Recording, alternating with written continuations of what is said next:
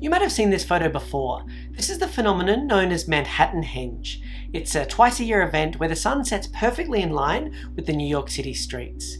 And in doing so, thousands of people get drawn out and photographers try and get the perfect shot. But I don't live in New York City, and with this whole pandemic thing going on, I don't think I'm going to get there anytime soon. So I'm going to have to swap out New York City street hot dogs with dim sims and the Wall Street Bull for a UU. Because this is a phenomenon that happens all around the world, including right here in my home city of Melbourne, where this is known as MelbHenge. So I wanted to dive into it, to explore what's actually going on, what it all means, and more importantly to get out there and try and capture my own MelbHenge photo.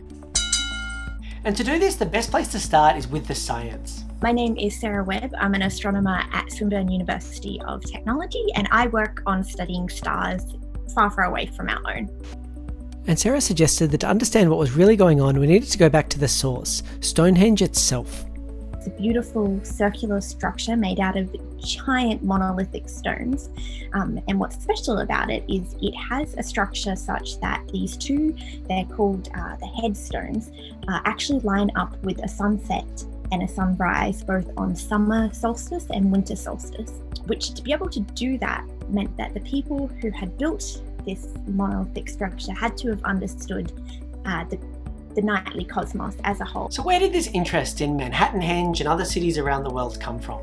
Well, it actually goes to physicist and internet hero Neil deGrasse Tyson. I fear that most people don't know that the sun doesn't set on the same spot on the horizon every day. Because if asked, people say, well, the sun rises in the east and sets in the west. But it doesn't. It only rises due east and sets due west on the equinoxes, March 21st and September 21st. All the other days of the year, it is rising and setting somewhere else on the horizon. And it's systematic, it's not random. And it's aligning this motion, which is really where MelbHenge and its related phenomenons around the world work.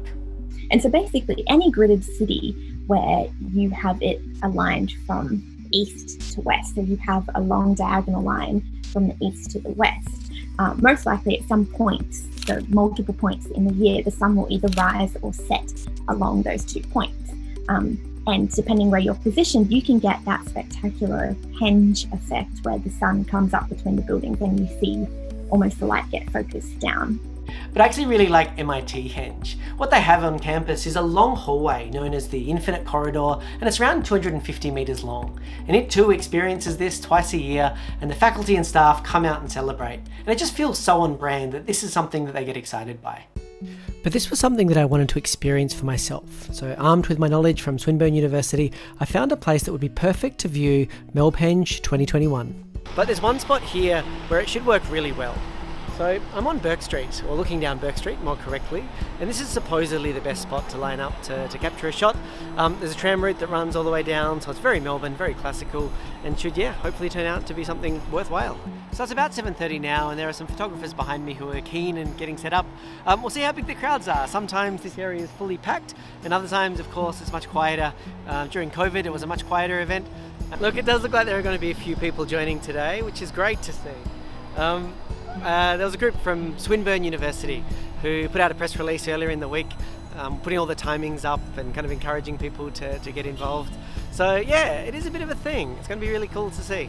Yeah, this is going to be a bit of a weird thing to say as someone who's making a video right now, but I'm not really that into photography, or at least I'm certainly not good at it.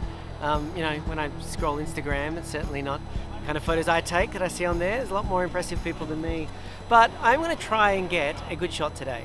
Now, I'll do it with a good camera and I'll try with my iPhone and see which one works out better. And see if I can get any that are kind of worthy of the hashtag MelbHenge Instagram hashtag. We'll see how it goes. And while we wait for the sunset, there's one more thing I wanted to cover off on. In New York City, the streets have been aligned with the island itself, and that's why they're not perfectly north-south. And in Melbourne, as you can see, the Hoddle grid is not perfectly east-west. It was designed this way back in 1837 by Robert Hoddle, and the goal here was to try to make it as parallel as possible with the Yarra River. And Neil had a thought experiment that what happens if archaeologists in the future look back at Manhattan and try to explore the meaning behind the shape of this grid. And so I thought, in apocalyptic Earth, if there's nothing that survives but our street grid, what would they say of us? Surely future anthropologists would argue that we arranged our grid to align with the sun on purpose on those days. And what could they learn about our culture? Well, what's interesting about those dates? May 28th, that's around Memorial Day. Okay, that's interesting. What's the other date? I looked this up. That's around baseball's All-Star break. Memorial Day, that's war. July 11th, All-Star game, that's baseball. So they would conclude that America was about war and baseball. And if we apply this thinking in the Melbourne context, we realise that the 3rd of November would be one of the important days on our calendar. That is, around the time that Melbourne Cup is. That is a public holiday, Australia's biggest horse race, known as the race that stops the nation. So maybe it's not too far off. But back now to the steps of Parliament during MelbHenge. So this is sunset at Melpenj. Now there's no grand moment, the sunset's at a certain time, 8:30 tonight, but it's not like anything just kind of goes bang, like a firework or an eclipse. Instead it just kind of gets beautiful and nice. The lovely sunset tonight. Look, it's a bit covered up because it's Melbourne and there's some wonderful trees. And I think the part that's really kind of stuck with me is just kind of a nice reflection on how lovely this city is. The weather's beautiful at this time of year. There were families out, some kids complaining about how boring it all is. There's people eating food across the road, the trams are coming down. So it's been quite a lovely just reflection on the city. So that is MelbHenge 2021. They'll be back again in November. And here's how I went. Here's a couple of snaps that I took on the day. And for a non-photographer, I have to say I'm pretty happy with these. If you enjoyed this, I urge you to check out another film I've made, which is about another photo which has also shaped the city of Melbourne. Otherwise, I'll be back next week. I'm Julian O'Shea. That's it from me.